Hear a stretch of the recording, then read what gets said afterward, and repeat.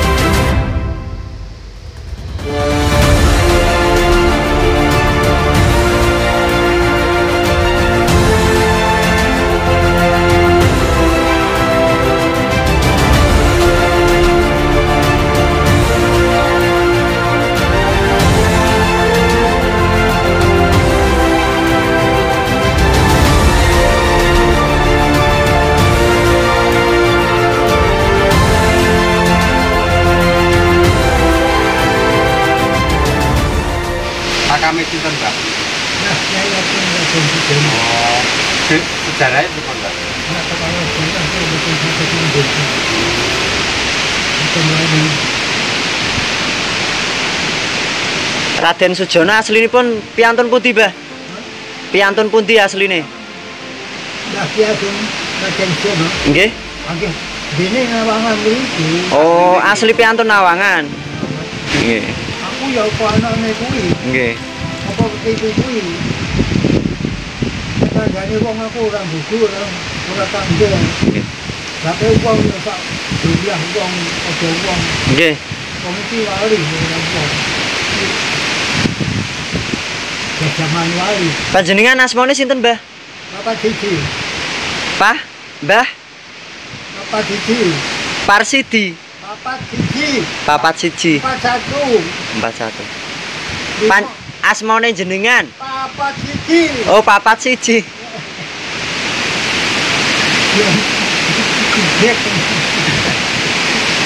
Ya 6. Umur 94. 94. Kelahiran 6 Kelahiran tahun 1926. Nggih. Tasih kemutan jenengan, Mbah nggih? Jenengane Bapak Didi. Mbah Pasidi. Mbah Pasidi. Kula tasih kemutan. Ya ora apa. Agen nuli Bapak Didi ya wis tak taune. Nggih. Nggih, Mbah Pasidi, nggih.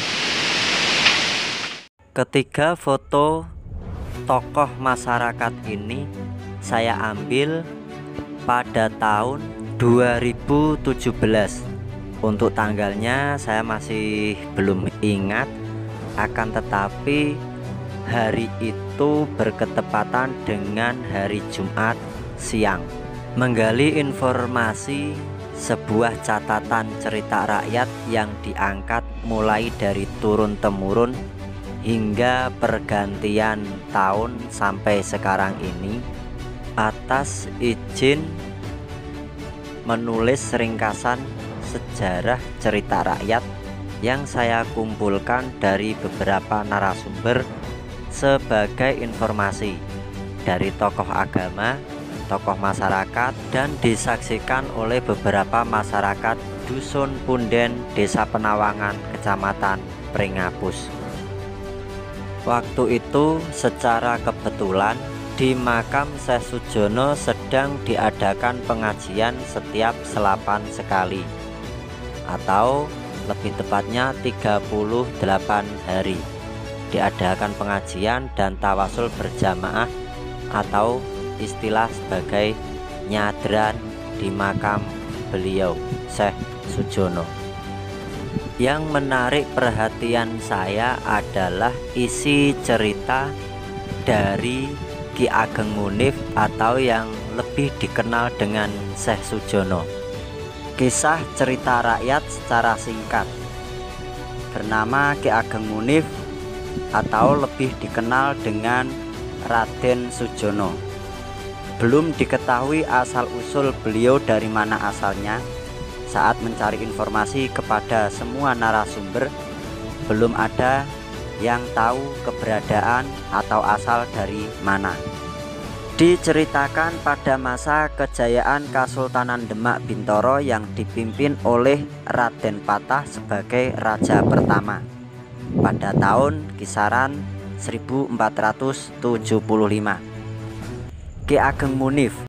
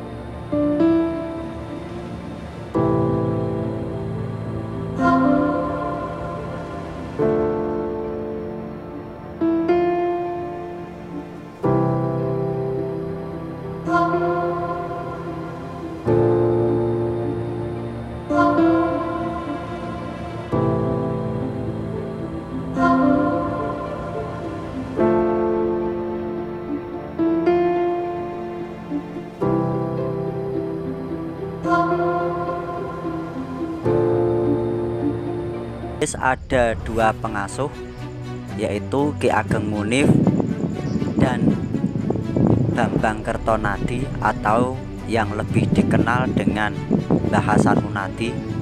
Maka Ki Ageng Munif memilih menyebarkan agama Islam di daerah timur desa Nyatnyono. Didapatinya sebuah desa dengan peradaban yang sangat ramai, tepatnya di desa Gedanganak.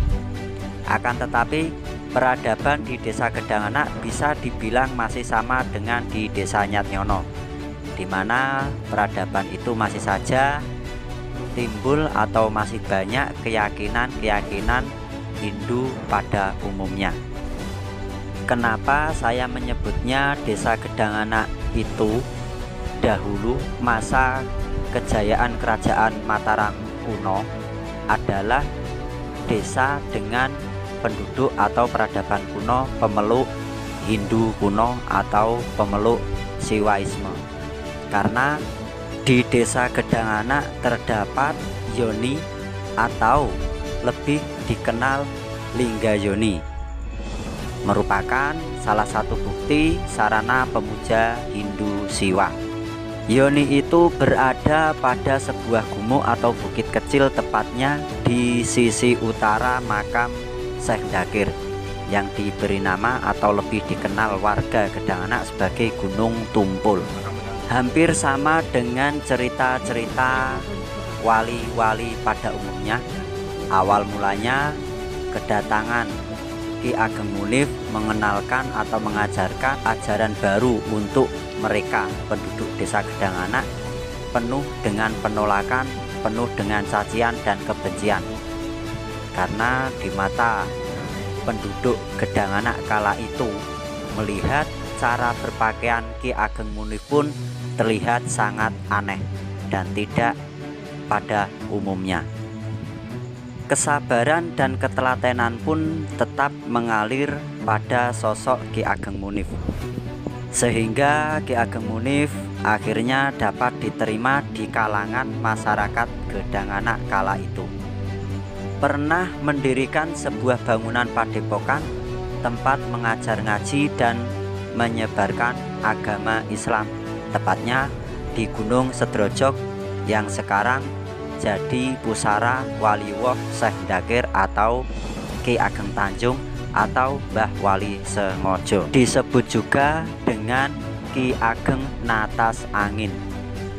Semua kalangan Gedanganak waktu itu menerima dengan baik tentang ajaran yang dibawa oleh Ki Ageng Munif. Hanya saja cuma dua di antara yang mengikuti dan mau belajar keyakinan yang dibawa oleh beliau. Murid tersebut adalah Nyai Ageng Mursiah dan Nyai Ageng Mintreng. Dan Nyai Ageng Mursiah dan Nyai Ageng Mintreng itulah murid pertama kali beliau dengan ajaran ilmu agama yang berlangsung beberapa waktu kemudian. Ada yang mengganggu pikiran dan batin Ki Ageng Munif sehingga membuat beliau tidak tenang dan timbul rasa kekhawatiran yang sangat kuat, yang dikarenakan atau yang ditakutkan ada kecemburuan masyarakat pada kala itu karena memiliki dua orang murid perempuan, sehingga yang ditakutkan akan kecemburuan yang akan menimbulkan maksiat dan dugaan yang tidak diinginkan oleh warga setempat. Akhirnya Ki Ageng Munif melebarkan sayap atau melakukan perjalanan ke sisi timur, yaitu desa paling pojok timur. Tentunya setelah mendapatkan izin dari Simbah Hasan Munadi. Dari perjalanan itu beliau menemukan sebuah desa dengan kondisi tanah yang sangat tandus dan kering. Bahkan bisa dikatakan tumbuhan semacam sayuran ataupun tumbuhan yang bisa menghasilkan pangan tidak dapat tumbuh subur di lokasi tersebut. Ya, benar, desa Penawangan namanya, yaitu sebuah desa yang berada di pojok paling timur di bawahi wilayah Kecamatan Prengapus, Kabupaten Semarang, Jawa Tengah. Di tempat inilah Ki Ageng Munif melanjutkan atau melebarkan sayap syiar agama Islam, dan di Desa Penawangan dapat diterima dengan baik, sehingga beberapa ajaran yang diberikan kepada Syekh Sujono atau Ki Ageng Munif selain ilmu tasawuf juga mengajarkan tentang ilmu pertanian. Bagaimana caranya? Sedangkan di desa tersebut dahulu akan tandus dalam kondisi tanah dan ladangnya.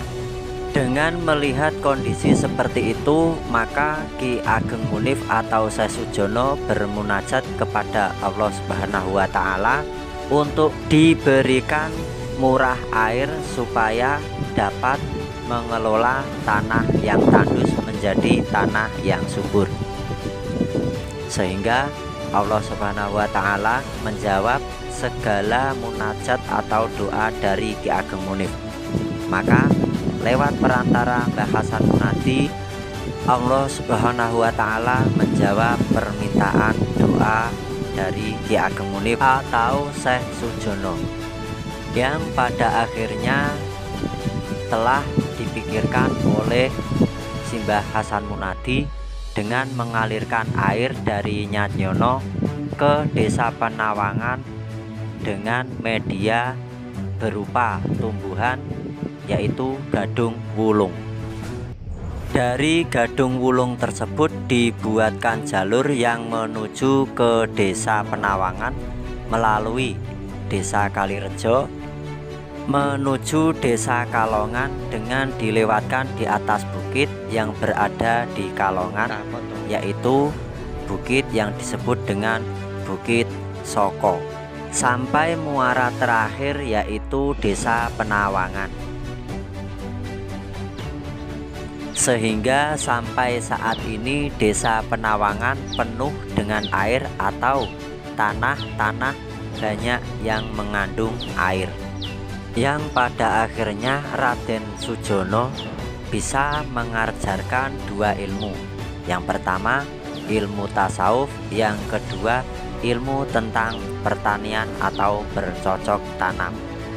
Bahkan sampai sekarang warga masyarakat Desa Penawangan masih meyakini atau masih melakukan ritual yang berhubungan dengan pertanian, yaitu nyadran saat musim tanam atau musim panen telah tiba.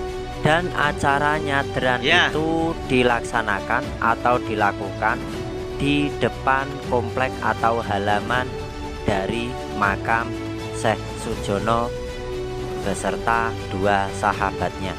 Wallahu a'lam bishawab. Ya medun rono.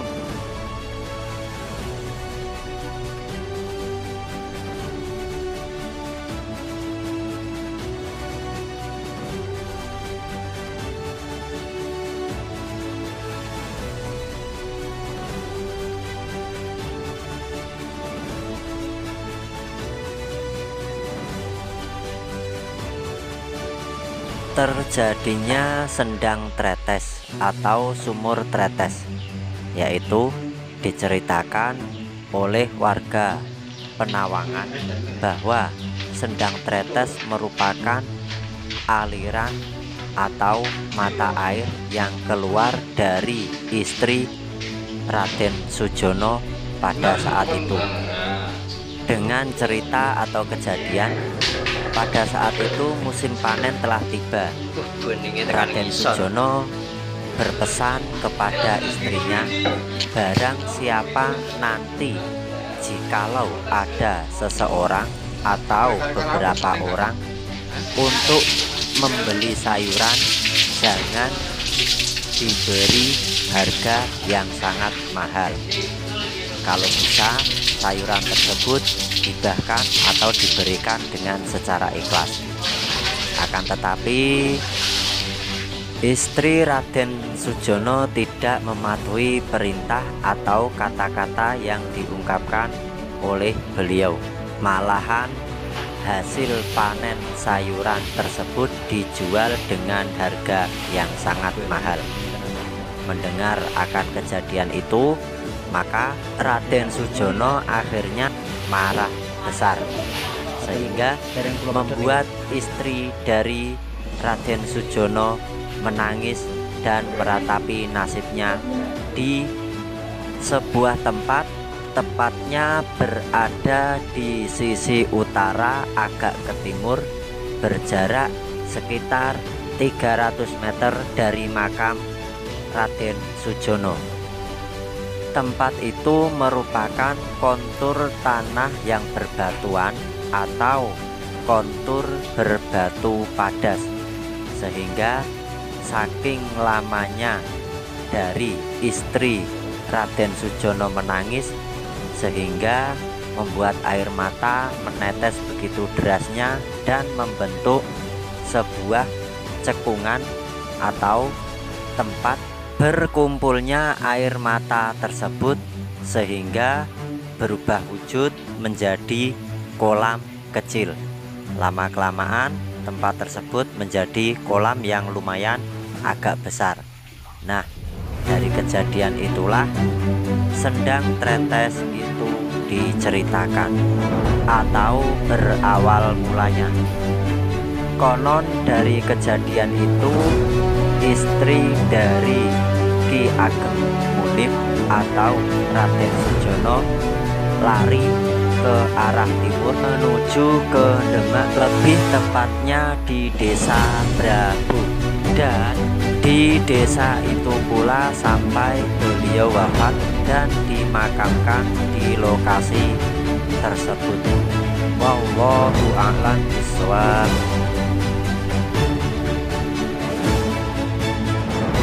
Banyak kisah atau legenda rakyat atau cerita rakyat yang dapat kita gali informasinya lewat tokoh masyarakat atau sepuh bini sepuh di daerah tersebut.